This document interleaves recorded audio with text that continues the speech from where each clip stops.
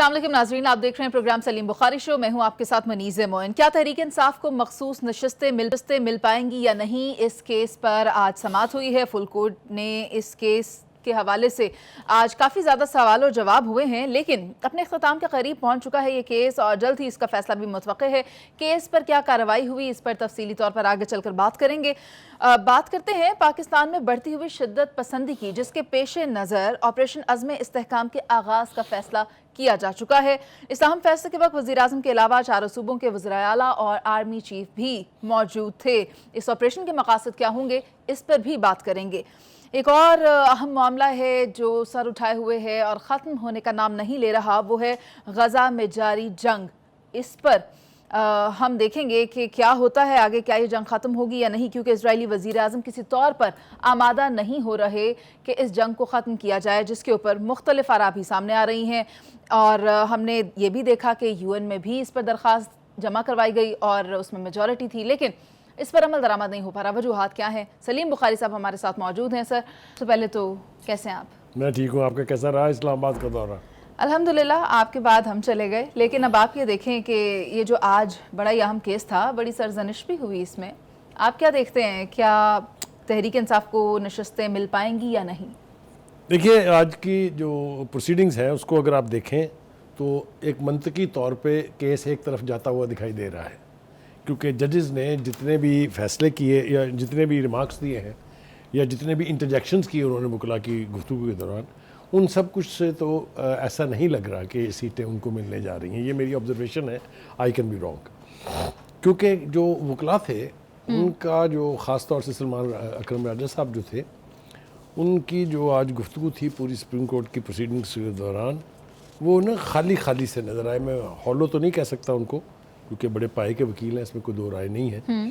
लेकिन आज supreme court में इस आर्गूमेंट के हवाले से अगर आप एक्सपर्ट्स की राय उनके बारे में जानना चाहें तो जितने लोगों से मैंने गुफ्तगू की उनका ख्याल ये था कि शायद वो अपना केस जिस तरीके से प्लीड करना चाहते थे या जो केस वो बनाना चाहते थे वो शायद उसमें कामयाब नहीं हुए हैं। ये एक राय है, गलत भी हो सकती है। एनीवे जनाब, ये जो पार्टी इंटर पार्टी इलेक्शन का कसिया है PTI के हवाले से ख़ास तौर पे, है तो सारी जमातों का एक सही हाल, टू बी वेरी ऑनेस्ट। क्योंकि हर लोग जो है वो इलेक्शन इसी तरह कराते हैं। बिला मुकाबला नवाज शरीफ साहब भी इलेक्ट हो जाते हैं, बिला मुकाबला बेनज़ीर इलेक्ट हो जाती थी, बिला मुकाबला बिलावल इलेक्ट हो जाते हैं। लेकिन ये पहली दफ़ा बाकायदा मैसिव लेवल पर जो इलेक्शन हुए थे वो 2011 में PTI नहीं कराए थे, इसमें कोई दो राय नहीं है। और वो ग्रास रूट लेवल के ऊपर जाके जो 8.5 लाख लोग थे, उन्होंने जिस तरह UC के इलेक्शन होते हैं इस तरह के इलेक्शन में बाकायदा वोट कास्ट किया था। लेकिन उसके जो नताइज थे उसके एतबार से पार्टी जो है वो वाज़े तौर पर दो हिस्सों में तकसीम होकर रह गई थी। यही वजह थी कि महात्मा साहब जो है उन्होंने उस इलेक्शन के रिज़ल्ट को मानने की बजाय ये जस्टिस वजीउद्दीन अहमद साहब से कहा कि आप दोबारा कराइए इलेक्शन। फिर उन्होंने भी कोशिश की, उनका ख्याल ये था कि मैं भी उसी पैटर्न पे इलेक्शन करवाऊंगा। लेकिन चूंकि खान साहब को अच्छी तरह पता था कि उसका क्या नतीजा निकलेगा, लिहाजा उन्होंने उसको भी नहीं माना। फिर ये जिम्मेदारी उन्होंने सौंप दी तस्नीम नूरानी साहब को, जो फॉर्मर सेक्रेटरी इंटीरियर थे और PTI के रुकन थे वो। उनसे भी फिर ये जो यानी जो जिम्मेदारी है वो नहीं निभाई गई और उनको भी बिलाखिर घर जाना पड़ा। असल में बात यह है कि इस बीच में जो इलेक्शंस और हुए, ये वाहिद इलेक्शन नहीं है जी। वो चूँकि उस वक्त जनरल फैज़ साहब का तूती बोलता था, जनरल फैज़ साहब जनरल बाजवा साहब दोनों जो है आपको पता है कहाँ खड़े थे, इसलिए हर किस्म का इलेक्शन चल जाता था उस वक्त, मान ली जाती थी। हाँ, मान ली जाती थी। लेकिन अब ये जो दो इलेक्शंस हुए हैं आखिरी, इन दो में इलेक्शन कमीशन आड़े आ गया है जी।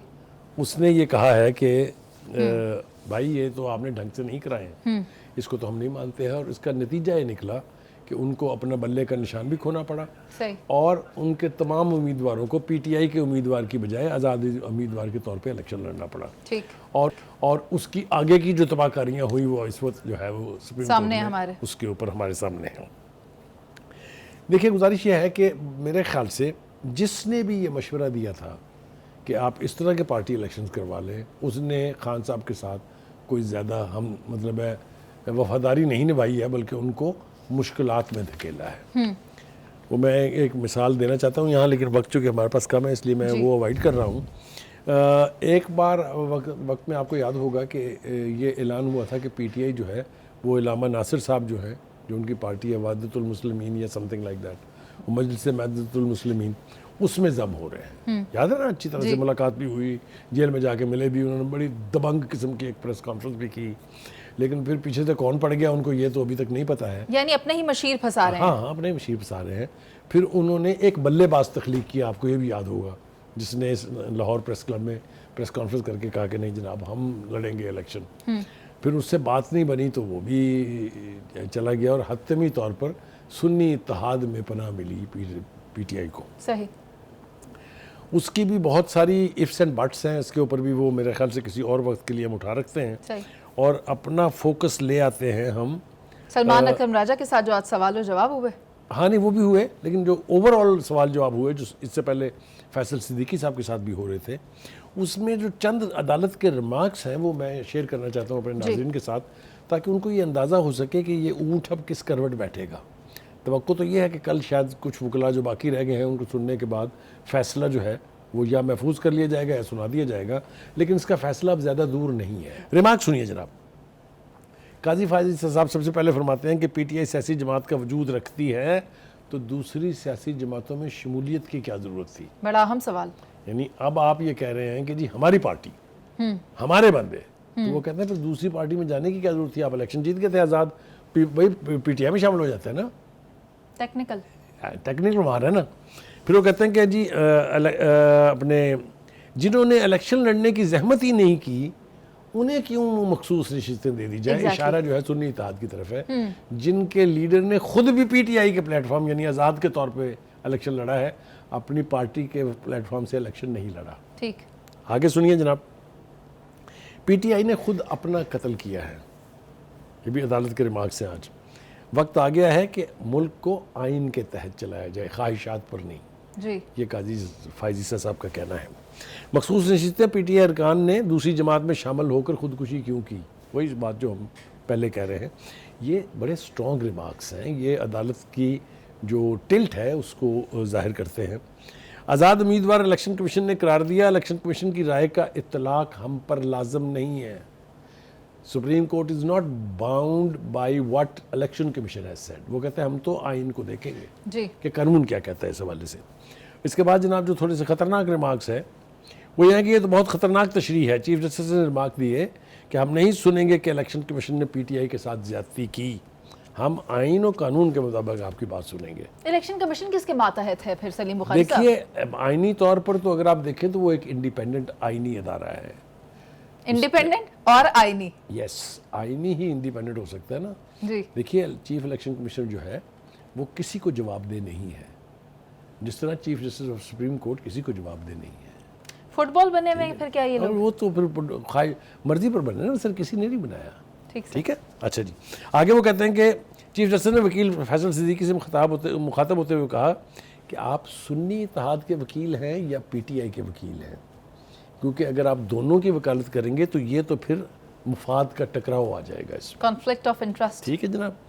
ये गुफ्तगू जो है ज़रा इसको थोड़ा सा तफसील के साथ शेयर करना बहुत ज़रूरी है ताकि जो है वो पूरी बात जो है वो लोगों तक पहुंच जाए।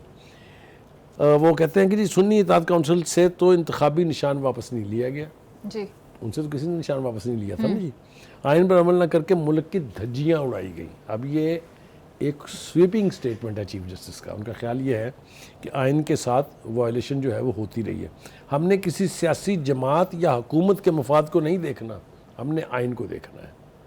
तो वो अपने आप को रिस्ट्रिक्ट कर रहे हैं। अब मुश्किल ये है कि जो गलती जिसने भी की, जो भी मैं कहता हूँ कि जो इनके एडवाइज़र थे जिन्होंने कहा था कि ऐसा कर लें, इलेक्शन ढंग से करवा लेते, बाकी पार्टियों ने भी तो कराया ना। जैसे मैंने कहा ना कि उन्होंने भी बहुत आइन की स्पिरिट के मुताबिक या पार्टी मैनिफेस्टोज के मुताबिक नहीं कराए हैं, लेकिन इनकी मुश्किल ये थी कि जब बाजवा साहब और जनरल फैज़ हमीद साहब इनके साथ थे फिर सब चलता था, पूरा सिक्का जो है वो अपनी मर्ज़ी से चलता था।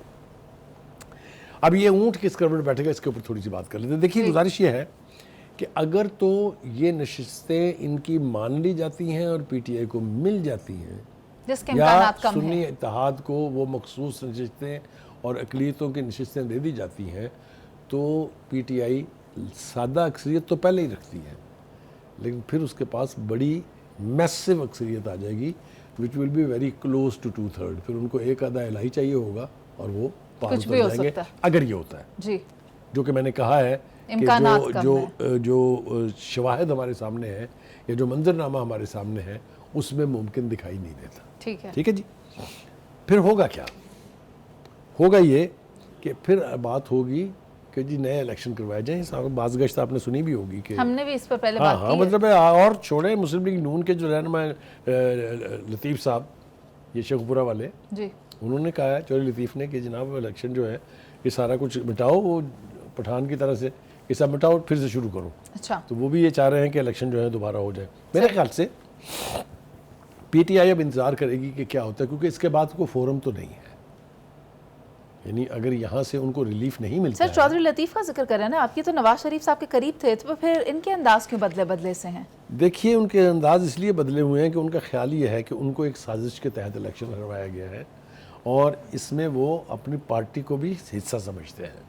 ये मतलब अगर मैं सही अंडरस्टैंड कर रहा हूँ तो इस सूरत में आपको उनकी सारी जो गुफ्तगू है पिछले चंद महीनों की वो समझ में आ जाएगी। वो काफ़ी हॉस्टाइल हुए हैं।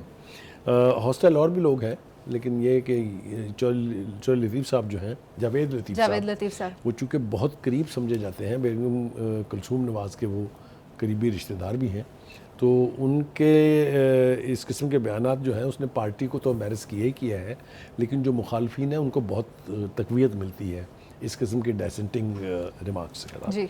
मेरे ख्याल से we should keep our fingers crossed कि कल क्या होता है। लेकिन जैसा मैंने आपको कहा कि अगर तो आप जजेस के रिमार्क्स पर जाएं, अगर आप जो आज आर्गू किया है बुकला ने उस पर जाएं, तो फैसला पीटीआई के हक़ में मुझे दिखाई नहीं देता। लेकिन अगर हो जाए तो पीटीआई की पोजीशन बहुत स्ट्रांग हो जाएगी। ना सिर्फ इस फैसले में बढ़तरी होगी, लेकिन दीगर जगहों पर भी फतूहात इसका पूरा इम्पैक्ट पड़ेगा पूरे के पूरे मंजरनामे पर। पूरा सिस्टम बदल सकता है, कोई दो राय नहीं है। मुल्क में अमन व अमान की सूरत हाल को बरकरार रखने के लिए माजी में भी बहुत से ऑपरेशन किए गए, राह हक, राह रास्त, राह नजात, ज़रब अज़्ब, और अब एक और ऑपरेशन शुरू करने का फैसला किया गया है सलीम बुखारी साहब, एंड दैट इज़ अज़्म इस्तेहकाम। मुझे ये बताएं कि इसके मकासद भी क्या वही हैं जो इससे पहले वाले जो ऑपरेशन हैं उनके मकासद रहे? Answer is both yes and no. Okay, yes इसलिए कि आपने कहा कि इसका ताल्लुक अमन व अमान की सूरत हाल को बेहतर करने से है, यस, लेकिन इसका ऑब्जेक्टिव किसी सियासी जमात को टारगेट करना नहीं है। बिल्कुल कैटेगोरिकली मैं स्टेट कर रहा हूँ, इसका मकसद सी पैक को तहफ़्फ़ुज़ देना है। ठीक है, इसलिए कि सी पैक को जिस तरह के चैलेंजेस दरपेश हैं, जिस तरह के चाइनीज़ इंजीनियर्स और वहाँ के जो लेबर काम करने के लिए आती है उनके ऊपर जो अटैक्स हुए, जिस तरह उनकी किलिंग्स हुई, लास्ट बिशाम वाला वाक़या आपको याद है जब उनकी जीप को उड़ा दिया गया, तो ये बुनियादी तौर पर एक बहुत बड़ा मैसिव प्रोजेक्ट, जिसको मेगा प्रोजेक्ट आप कह सकती हैं, उसके तहफ़्फ़ुज़ के लिए, क्योंकि उनको ख़तरात उन्हीं क़ुव्वतों से हैं जिनके खिलाफ ये ऑपरेशन लॉन्च किया जाएगा। सर कन्फ्यूजन, अच्छा आप आएँ पहले। मैं अर्ज़ करूँ आपसे कि इसके बारे में तो कोई कन्फ्यूजन नहीं होना चाहिए। चाइनीज़ प्राइम मिनिस्टर की विज़िट के फ़ौरन बाद एपेक्स कमेटी का इजलास होना और उसके बाद ये फ़ैसला करना कि ऑपरेशन इस्तेहकाम, जी, ऑपरेशन अज़्म इस्तेहकाम जो है ये लॉन्च किया जाना है, तो देयर इज़ ए लिंकेज। बिल्कुल मैंने हवा में बात नहीं की है, there is a very strong linkage, क्योंकि चाइना अब आपके साथ आगे बढ़ने के लिए तैयार नहीं है अगर उसके लोग जो हैं वो गैर महफूज नहीं, अगर वो महफूज नहीं है तो वो आगे नहीं बढ़ेंगे। और मेरे ख्याल से दैट इज़ लॉजिकल, क्योंकि उन्होंने साथ ये भी कहा है कि इन वजूहात पर हमारे इन्वेस्टर्स यहाँ आके इन्वेस्ट करने पर आमादा नहीं है। उनका क्या करना है जो परेशान है इस ऑपरेशन को लेकर? मैं उसी तरफ आ रहा हूँ।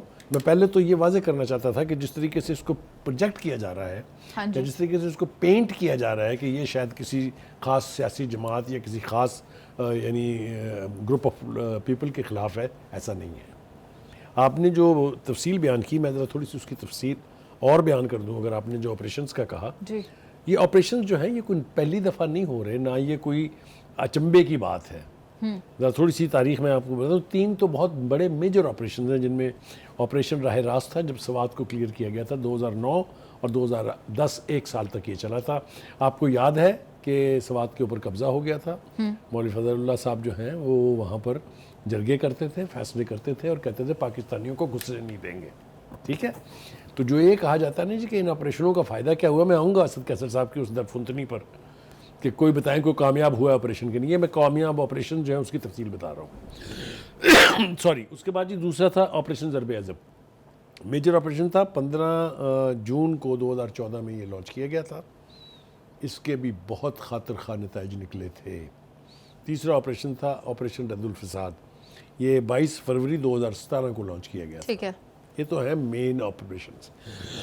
लेकिन इससे पहले ऑपरेशन एंड्योरिंग फ्रीडम 2001 से 2002 तक जारी रहा।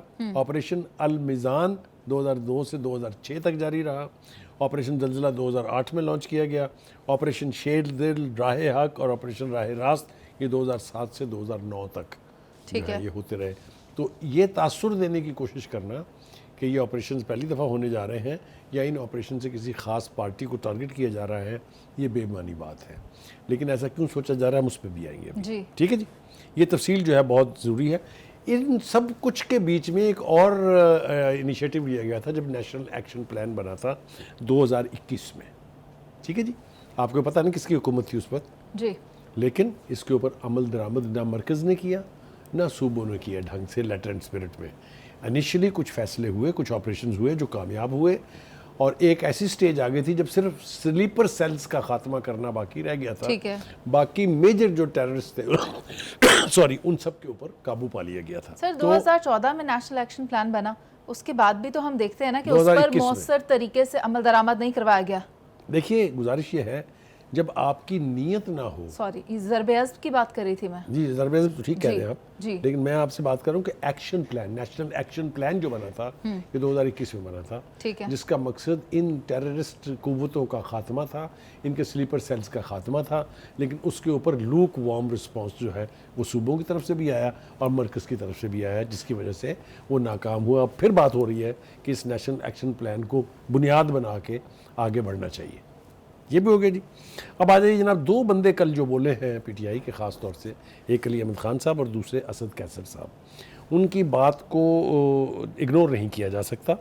अली अहमद ख़ान साहब ये पूछ रहे हैं कि पता लगना चाहिए कि तालिबान को पाकिस्तान में कौन लेकर आया। मुझे बड़ी खुशगवार हैरत हुई। एक तो उन्होंने मलबा डालने की कोशिश की जनरल बाजवा और फैज़ हमीद पर।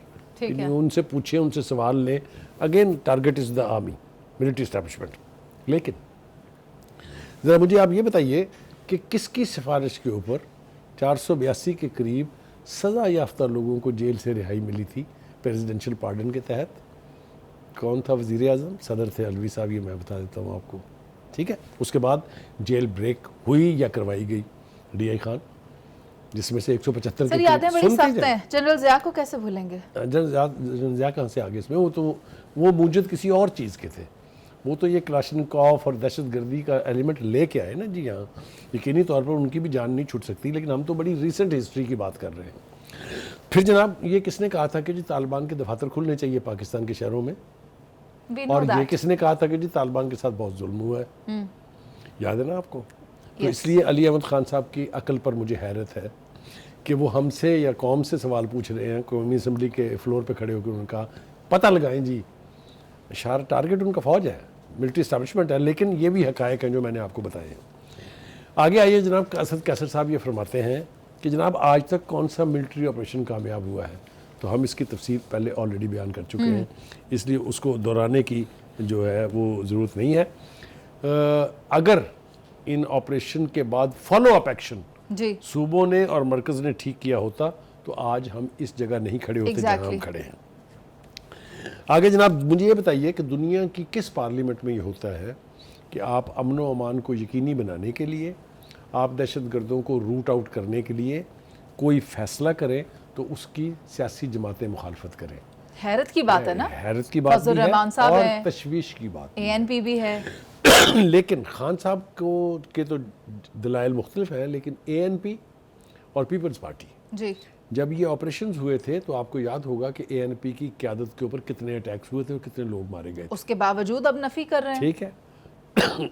मैंने कहा ना वो डरते हैं कि ऑपरेशन होगा तो हम फिर टारगेट होंगे। सही। KPK है ना जी, डोंट फॉरगेट। इसी तरह से पीपल्स पार्टी भी थोड़ी सी रिलक्टेंट है। अच्छा। उसकी वजह ये कि लास्ट टाइम जब ये ऑपरेशन हुए थे तो उसका सबसे ज़्यादा जो बोझ था वो इन दो पार्टियों पर पड़ा था। तो इनकी तो हमें समझ में आती है, लेकिन ये मौलाना साहब जो वहाँ के मौलाना साहब के ऊपर भी आ रहा हूँ, मैं तो बात कर रहा था अली अहमद खान साहब की और असद कैसर साहब की। अब आ जाइए मौलाना साहब की कुछ सियासी मजबूरियाँ हैं। वो ये समझते हैं कि उनको मिलिट्री इस्टेब्लिशमेंट ने सियासी कुव्वतों के साथ सॉरी मिल के हमें इलेक्ट्रल प्रोसेस से उठा के बाहर फेंक दिया है। हालांकि मैं कई दफ़ा आर्गू कर चुका हूँ कि जब वो ये बात करते हैं, क्योंकि उनकी मेजॉरिटी और उनके जो हल्का असर और रसूख हैं वो तो केपी है। केपी तो केपीके में तो नून लीग नहीं जीती ना, केपीके में पीपल्स पार्टी जीती है, केपीके में तो तहरीक इंसाफ जीती है ना। तो फिर उनके साथ अगर कोई ज़्यादती या कोई धांधली हुई है तो फिर पीटीआई ने की होगी ना। एनीवे, वो चूँकि इस वक्त कुर्बत उनकी पीटीआई के साथ ज़्यादा है और कॉज भी कॉमन है। मौलाना फजल रहमान भी नहीं चाहते कि इस तरह का कोई मिलिट्री ऑपरेशन उन कुव्वतों के ख़िलाफ़ हो जिनको टारगेट किया जा रहा है। आप समझ रही हैं ना मेरी बात? क्योंकि वो अफ़गानिस्तान के साथ ताल्लुकात बिगाड़ने के हक़ में नहीं है। और जब आप टीटीपी के ख़िलाफ़ एक्शन लेंगे, जब आप ऑपरेशन करेंगे, तो ये डोर जो है ये यकीनी तौर पे काबुल तक पहुँचेगी। सबसे ज़्यादा जो उस वक्त रेवलरीज या कन्फ्रंटेशन होगी वो उसी जगह पर होगी। एब्सोल्युटली, क्योंकि ये लोग पाकिस्तान में नहीं हैं, ये लोग अफ़गानिस्तान में हैं। ठीक, वहाँ से आते हैं ग्रुपों की सूरत में, कार्रवाई करके वापस चले जाते हैं ऑपरेशन करके। तो हुकूमत पाकिस्तान ने 2 से 3 मरतबा बाकायदा एहतजाज किया है काबुल गवर्नमेंट से, और आखिरी बार उन्हें कहा है कि अब अगर वो बाज ना आए तो हम उनको फॉलो करेंगे, और अगर हमें अफ़गानिस्तान की टेरिटरी में भी जाना पड़ा तो हम जाएंगे उनके पीछे। ये काफ़ी सीवियर थ्रेट है। इससे पहले अगर आपको याद हो एक एक्शन हुआ था, वो ये कि जी जो अफ़गान रेफ्यूजीज़ यहाँ रह रहे हैं उनको वतन वापस भेजा जाए। बड़ी लेने हुई थी, आपको पता है रिटेलिएशन भी आई थी, लेकिन सिर्फ 4 लाख 4.5 लाख के करीब लोग वापस गए हैं, मगर यहाँ पर मौजूद लोगों की तादाद 30 से 40 लाख के करीब है जी। तो उसको भी कुछ लोगों का ख्याल ये था, इंटेलिजेंस एजेंसीज की रिपोर्ट्स भी थी कि ये जो यहाँ पर वारदात करते हैं वो इनके गाब में छुप जाते हैं और गायब हो जाते हैं और हमारी पकड़ से बाहर हो जाते हैं जी। तो ये पाकिस्तान और अफ़गानिस्तान के ताल्लुकात का भी बहुत सीरियस स्टेक पे चला जाना इस ऑपरेशन के नतीजे में एक नेचुरल अमल होगा। ठीक है जी। हैविंग सेड दैट, अली अमीन गंडापुर साहब जो है, और ये इन्होंने कल कहा भी, हमें एतमाद में नहीं लिया गया, पार्लियामेंट में लाएं इसको। खैर वो ख्वाजा आसफ ने कह दिया कि जी बिल्कुल ये पार्लियामेंट में आएगा, ये पहले एपेक्स कमेटी ने किया है, अब ये काबीना करेगी और काबीना के बाद हम इसको कैबिनेट में ले आएंगे। लेकिन सारा क्रिटिसिज्म जो है वो था एपेक्स कमेटी के ऊपर जी, क्योंकि उसमें अस्करी क़यादत की नुमाइंदगी भी अब मौजूद है। हाँ जी। मुझे इस बात पर बहुत हैरत है कि जब प्राइम मिनिस्टर महात्मा खान साहब हुआ करते थे तो जितने नेशनल इशूज़ के ऊपर इस तरह की मीटिंग्स हुई हैं, एपेक्स कमेटी तो खैर नहीं थी उस वक्त फॉर्मली, लेकिन military establishment top political lead उनमें से मसूफ हमेशा गायब होते थे। ठीक है, इस काबिल नहीं समझते थे, या वो समझते थे कि मेरी बड़ी तौहीन है अगर मैं जाके वहाँ अपोजिशन के साथ बैठूंगा। याद है ना आपको, अफगानिस्तान के ऊपर जब हुआ ये नहीं गए, जब इंडिया ने अटैक किया उसके बाद जो इजलास हुआ उसमें नहीं गए। तो ये एक एटीट्यूड है। लेकिन इस एपेक्स कमेटी में कल अली अमीन गंडापुर जो चीफ मिनिस्टर होते हैं और पीटीआई के होते हैं वो मौजूद थे। अच्छा। और उनकी मौजूदगी जो है इसका मतलब ये है कि जो गुफ्तगू भी वहाँ हुई और जो फैसला भी वहाँ हुआ, he was part and parcel of it. अब वो बाहर निकल के कह रहे हैं डर से महात्मा खान के कि जी वो जिक्र तो हुआ था ऑपरेशन अज़्म इस्तेहकाम का, लेकिन कोई फॉर्मल प्रपोजल तो नहीं थी, कोई प्लान तो नहीं था। ठीक है सलीम बुखारी साहब, तो अब हमारे लिए पाकिस्तान हमारी प्रायोरिटी है, तो हम ये देखेंगे कि सिक्योरिटी इसकी इंश्योर करने के लिए क्या इकदाम हमें वहाँ पर लेने चाहिए, या हम इन लोगों को एक पेज पर ला पाएंगे इस एजेंडा के ऊपर? इन्होंने एक पेज पर कोई नहीं आना, ये मैं फतवा जारी कर रहा हूँ, इसलिए कि उनके स्टेक मुख्तलिफ है। अब मैं तफसील छेड़ेंगी आप तो बहुत बिटर बातें निकलेंगी, इसलिए कि उनका ख्याल ये है कि बहुत से उन लोगों पर हाथ पड़ेगा जो हमारे सपोर्टर हैं। आगे ना इससे जाने दें, मुझे यहाँ तक रहने दें। ठीक हो बुखारी साहब, लेकिन अब बात यहीं पर आकर ख़त्म होती है कि ये होकर रहना है, इससे ये हमारे सीपैक की सिक्योरिटी है। आप पीछे गए तो सीपैक गया, ये हमारे सीपैक की सिक्योरिटी है, हमारे मुल्क की सिक्योरिटी है। एब्सोल्युटली। नाज़रीन, इजरायली वज़ीर आज़म की तरफ से आए रोज़ स्टेटमेंट सामने आ रही है कि कहीं कहते हैं कि जंग की शिद्दत में कमी हो सकती है, लेकिन ये जंग ख़त्म नहीं होगी जब तक हमास का खात्मा नहीं हो जाता और जब तक हमारे मग़वी बाज़ाब नहीं हो जाते। असल हकीकत क्या है? सलीम बुखारी साहब, आपको क्या लगता है, इजरायली वज़ीर आज़म जो हैं वो बुखला गए हैं या हमास से टेरराइज्ड हैं? उन्हें क्या लगता है कि ये ख़त्म हो नहीं सकते कभी? और दूसरी तरफ आप देखें कि कितने अहम ओहदों पर बैठे हुए लोग मुस्ताफ़ी हो रहे हैं क्योंकि वो इस चीज़ की पजीराई नहीं करते। देखिए, एक तो बुखलाना और जो है डरना, ये it's a combination of both जिसका सामना है इस वक्त नेतन्याहू साहब को, इसलिए कि इतनी कत्ल गारत, इतनी जास्ती जबर, इतनी जेनोसाइड की कोशिशों के बावजूद वो अपना हदफ हासिल नहीं कर सके। ये फैक्ट है। मैं इससे यानी जो नतीजा अखज़ करता हूँ वो ये है कि वो जब खसिया के ये कह रहे हैं कि जी ये जंग जारी रहेगी, अगर इसकी शिद्दत में कमी आ भी गई तो इसका मतलब ये है कि उनको अब पता है कि ये जंग उन्हें रोकनी पड़ेगी। उसकी कई वजूहात हैं। International pressure is on the rise. इत्तेहादी साथ छोड़ रहे हैं, इत्तेहादी दोबारा सोचने पर मजबूर हैं। हमास ख़त्म नहीं हुई है। लेबनान का महाज गर्म हुआ तो Hezbollah will be in action. ये सब उन्हें पता है। किसी भी तरफ से उनका कोई ऑब्जेक्टिव अचीव नहीं हुआ है। उन्होंने अमेरिका का दबाव भी है। मैं अमेरिका के ऊपर अपना दबाव पहले देखें क्या है। अंदर से उनके ऊपर जितना दबाव है जी। उसकी वजह से वो जामियात का हम जिक्र कर चुके हैं। हम ये इस्तीफों की बात आपने की, आप देखें मैथ्यू मिलर जो है, he was an important part of the state departments planning and जो सब करते थे मशरिक़ वस्ता के बारे में, उसके वो रुकन थे, वो भी छोड़ गए हैं। इससे पहले सेनेटर्स रिजाइन कर गए हैं, उससे पहले उनकी कैबिनेट के लोग जो हैं, कुल मिलाकर ये 8 ओहदेदार बताए जा रहे हैं। 8 के करीब अमेरिकन ओहदेदार अमेरिका की पॉलिसियों के खिलाफ छोड़ जाएं और वहाँ पर सड़कों के ऊपर अवाम निकले हुए हों तो प्रेशर तो है, क्योंकि इलेक्शन करीब है। नवंबर में इलेक्शन होना है। बाइडन साहब जो है उनकी ऐसी की तैसी तकरीबन हो चुकी है जी। वो मज़ीद तबाही से बचना चाह रहे हैं। तो दिस सिचुएशन जो है ये in many ways support the cause of the Palestinians. मेरा ख्याल ये है कि अब वो वक्त आने वाला है कि मुसलमान ममालिक जो हैं वो भी अब they will dare to say something and do something. Sir, Netanyahu अकेले क्या करेंगे? उनके तो अपने फौजी एहलकार आहिस्ता आहिस्ता उनका साथ वहाँ भी छोड़ रहे हैं। रेजिग्नेशन हुए हैं, वहाँ भी बेपना कैबिनेट के जो वॉर कैबिनेट थी उसके 2 मिनिस्टर रिजाइन कर गए हैं। उनके हर शहर में उनके खिलाफ मुजाहरे हो रहे हैं, कैदियों को जल्द वापस लाओ, रिगबानियों को वापस लेके आओ, इसके हवाले से भी। और नेतन्याहू साहब की जो पॉलिसीज़ हैं towards the Palestinian and the Hamas, उसके भी वो खिलाफ हैं। तो 3-4 तरह का प्रेशर है। एक प्रेशर उसको इंटरनेशनल है। आपने देखा यूरोपीय यूनियन के जो जोसेफ बोरियल हैं, ये हैं जी उनकी खारजा पॉलिसी के सरबराह हैं यूरोपीय यूनियन की। उन्होंने भी ये कह दिया कि हम मशरिक़ वस्ता में एक फैलती हुई जंग के दहाने पर खड़े हैं।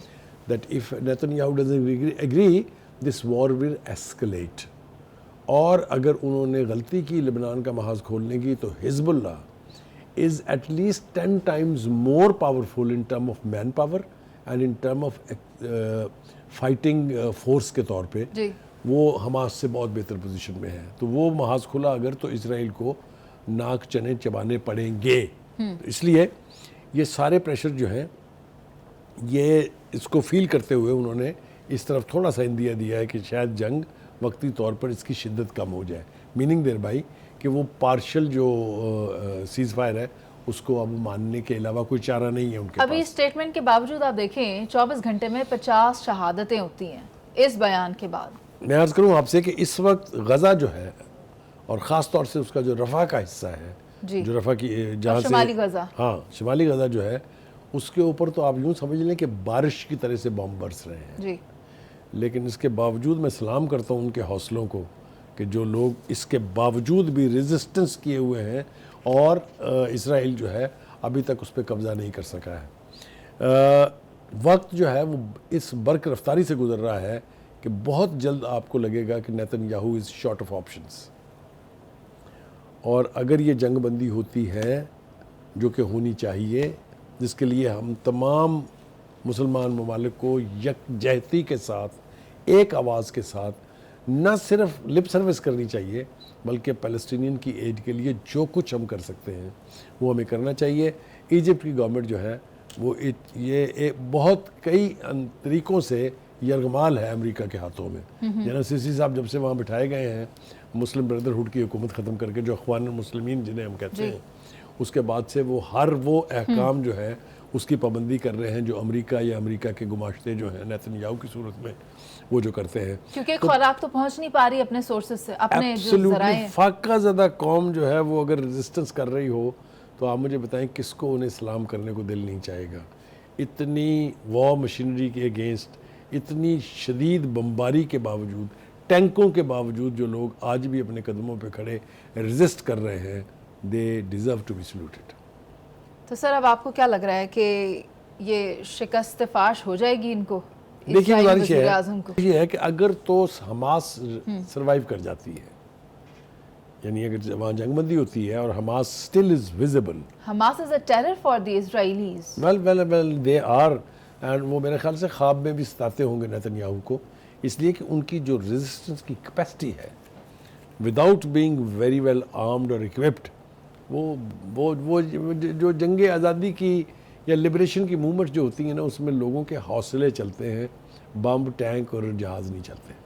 तो इस एतबार से Hamas is a very strong entity. Sir बहुत अच्छी बात की आपने कि ये जो इस वक्त जंग जारी है ये हौसलों से लड़ी जा रही है, ना कि बम, टैंकों और गोलों से लड़ी जा रही है। और इसमें उम्मीद यही है कि इसराइल को बहुत जल्द शिकस्त फाश होगी। प्रोग्राम का वक्त ख़त्म हो गया है, मुझे इजाज़त दीजिए, आपसे कल दोबारा मुलाकात होगी। अल्लाह ने के बाद।